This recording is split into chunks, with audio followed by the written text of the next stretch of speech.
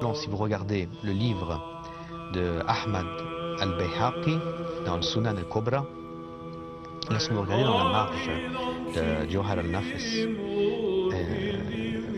volume, le tome 8, page 36, vous regardez encore dans la page 34, donc 36 et 34, il parle très bien que le chapitre de Ahzab, donc des coalisés, il devait être la même taille que Baqara. Et il y a encore une autre tradition qui insiste et qui dit que Baqara, c'est-à-dire qui dit que le chapitre de la gémisse est plus courte que le chapitre 33 des Ahzab. Ça, c'est rapporté par Ibn Ka'b.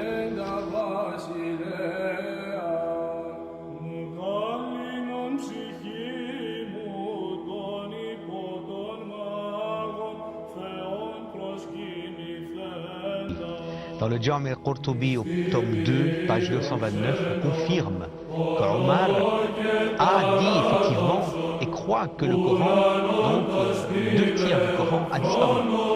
Dans le Jami' al-Qurtubi, qui est une référence par excellence Bakri. Et c'est ça qui est grave. C'est lorsque nous voyons des Bakri qui viennent, et des Mukhalifin, et des Omar, qui viennent et qui osent de lever la voix.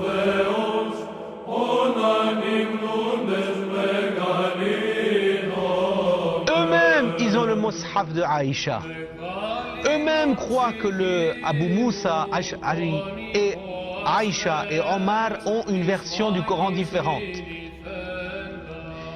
Et il n'y a pas qu'une référence qui vous dit ça. C'est pas que Qurtubi qui vous dit ça. C'est pas que Bukhari qui vous dit ça. C'est pas que Muslim.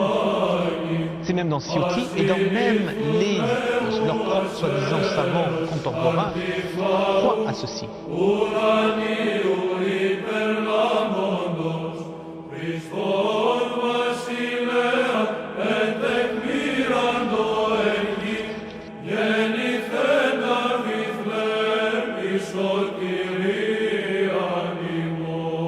Oui, comme je parlais tout à l'heure de plusieurs chaînes de transmission qu'on regarde dans les sources des opposants, on voit très bien qu'il y a, comme j'ai encore dit tout à l'heure, le chapitre Khal et le chapitre de Hafd, qui parle de Sunnah al-Abbas et qu'en fait, ces versions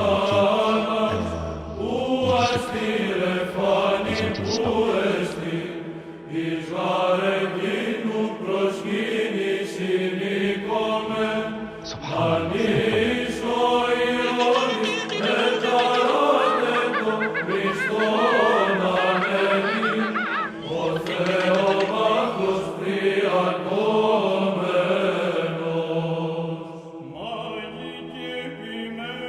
Il y a un verset que selon Aïcha, la'anatullah alayha, qui a disparu.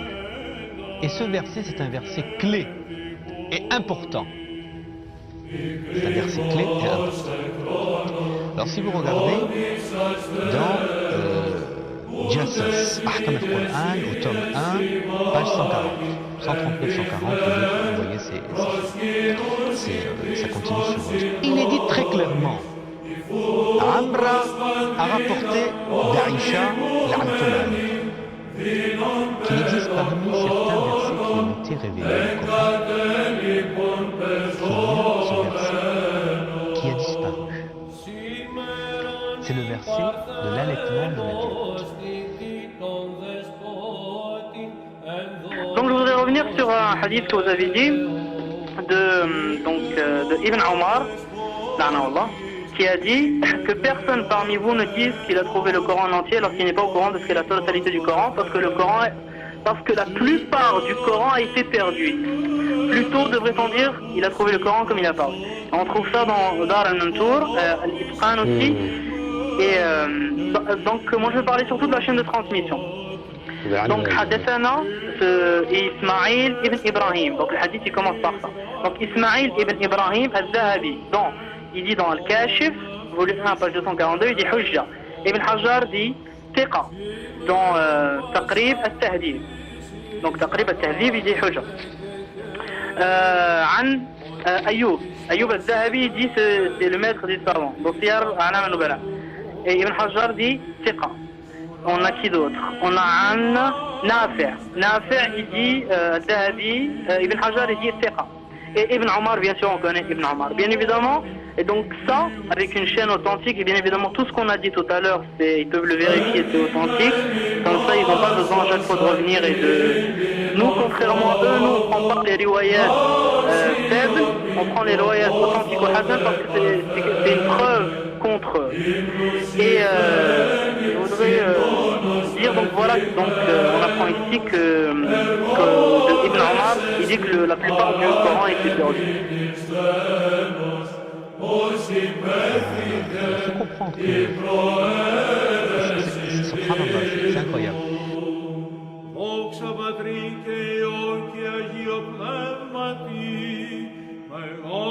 Subhanallah.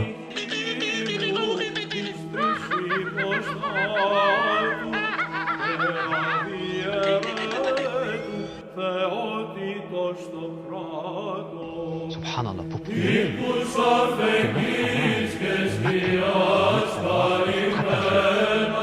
Allah.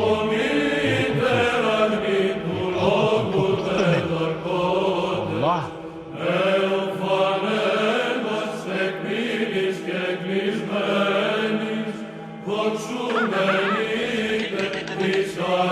j'ai tellement de références à vous donner.